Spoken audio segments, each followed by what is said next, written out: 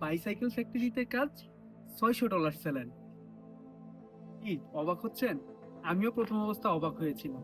এটা ইউরোপ না ভাই, এশিয়ার কিরগিজস্তান। মানুষ কত বোকা বলে এসব কথায় বিশ্বাস করে, আর দালালকে লাখ লাখ টাকা দিয়ে কিরগিজস্তান আসে। আসার পর কপালে থাপড়ায়, ঋণ করে আসে, হাওলাত করে, এবং জীবনের সর্বোচ্চ শেষ করে।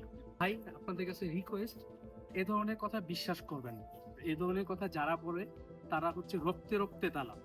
তারা অনেক মানুষকে সর্বোচ্চ শেষ করে দিয়েছে।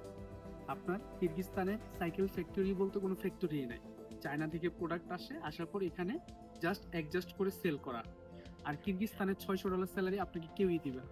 যারা 12 ঘন্টা 14 ঘন্টা গার্মেন্টসে কাজ করে তাদেরকে দেওয়া হয় $500 স্যালারি। ভাই, আপনাকে $600 স্যালারি কই থেকে দিবে? সো ঠান্ডা মাথায় চিন্তা করুন, তারপর আসুন। দালাল হতে সাবধান।